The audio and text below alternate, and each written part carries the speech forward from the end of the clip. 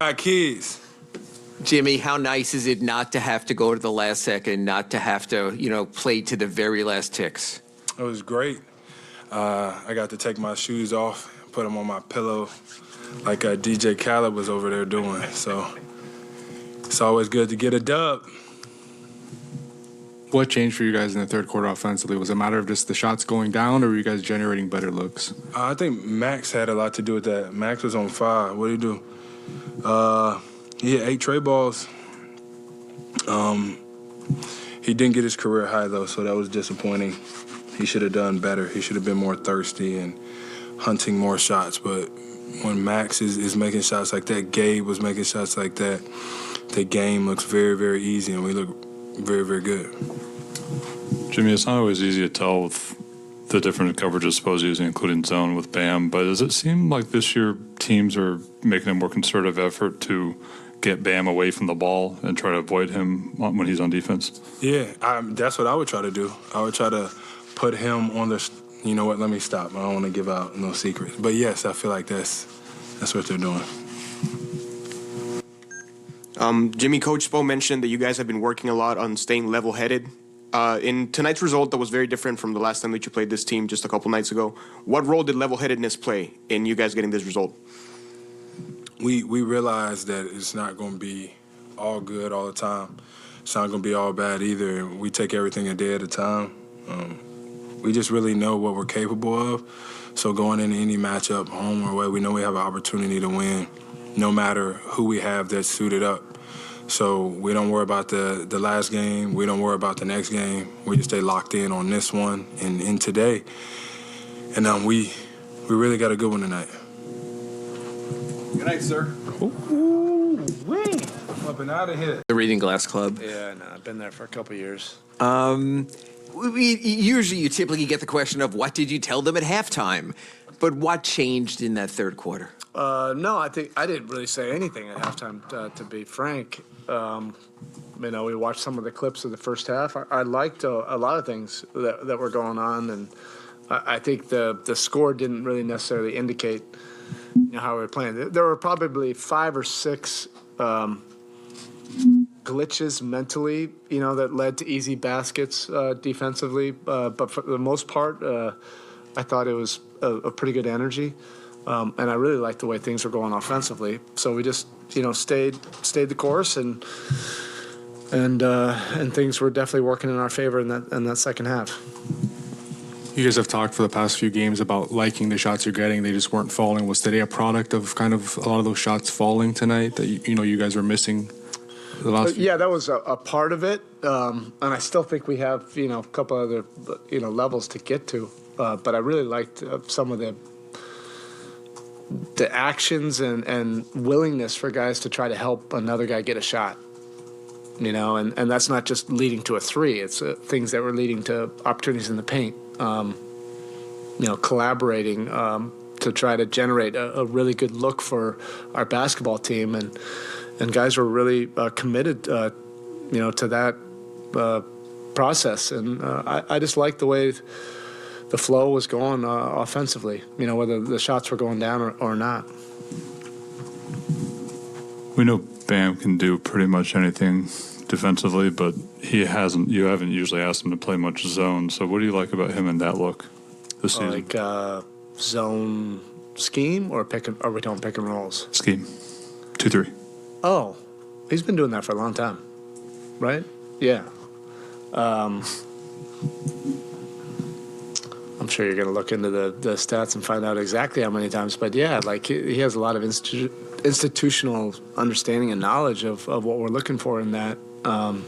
I just think he's the absolute Swiss Army knife defensively. We can literally do whatever scheme, pick and roll wise, or man to man, or zone, switch, be like everything. But that's if you're in the conversation for Defensive Player of the Year, you should be able to do all of those things. And I don't think all the guys in the conversation can do those things. And, this team is a little bit different.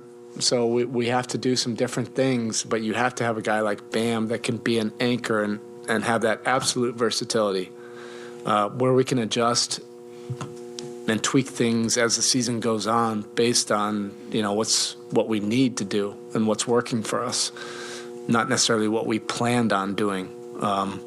He makes it look a lot easier than it is, but he's just extremely versatile, and that's helpful that he can play, the man or the zone, and he's doing a lot of different things even when we're in our man. Just more generally, he's defending a pretty low number of isolations this year, and that might be the different coverages, but our team's doing a better job or making a more assertive effort to avoid him defensively? I'm sure they probably are. I mean, that's irresponsible if you're not going through a scouting report, and if you're just going into a game and going through your normal stuff, and he ends up on a guy who has an opportunity to make a play, and you're not really giving that a lot of thought, that's probably not responsible. And so that's the ultimate respect, right? It's like those great defensive backs or, I don't know, linebacker. You're going somewhere else, but that's been a hard-earned reputation. And because of that, we want to continue to be able to maximize his strengths as teams now are trying to maximize going away from his strengths. So we just have to keep on trying to figure that out. But he really is unique defensively. He's special. Kay, before the start of the season, was saying how he wanted to grow the mid-range aspect of his offensive game. What do you think that could do to unlock other parts of his scoring ability?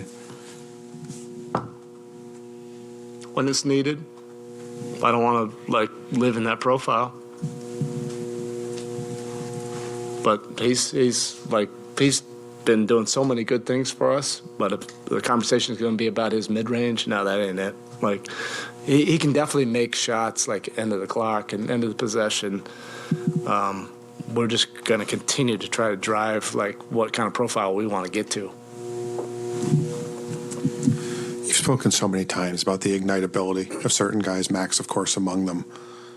Even at this level, though, when a guy goes 2 for 11 or whatever he was the other night, do guys like that need nights like this to sort of just remind themselves of that ignitability, or is that probably not? Yeah, we're all human,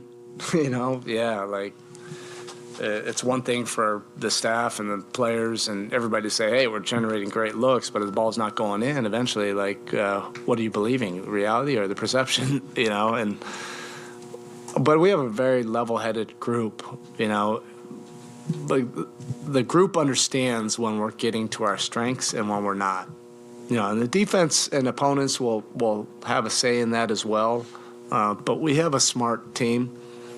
And even when we're not getting to what we want to get to, the guys understand, how we can try to get to our strength zones more. And that's been part of the discipline, particularly the last 5 games. We all have felt, and particularly when we've watched film and been able to review things like yesterday, that there have been a lot of really good things, and you have to trust it. And, particularly from the three-point line, there's going to be some ebbs and flows, but are you generating those shots in your wheelhouse? And I feel like we have, and that's not just coach speak, the last several games.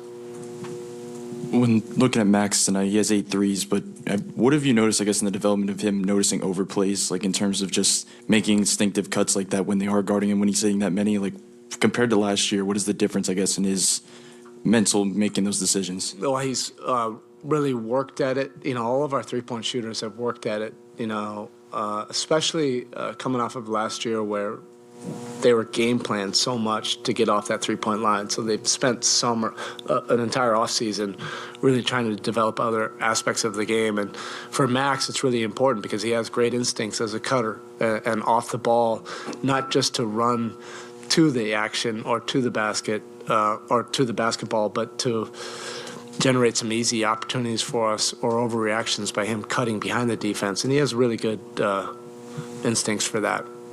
Thank you, Coach. Okay, thanks.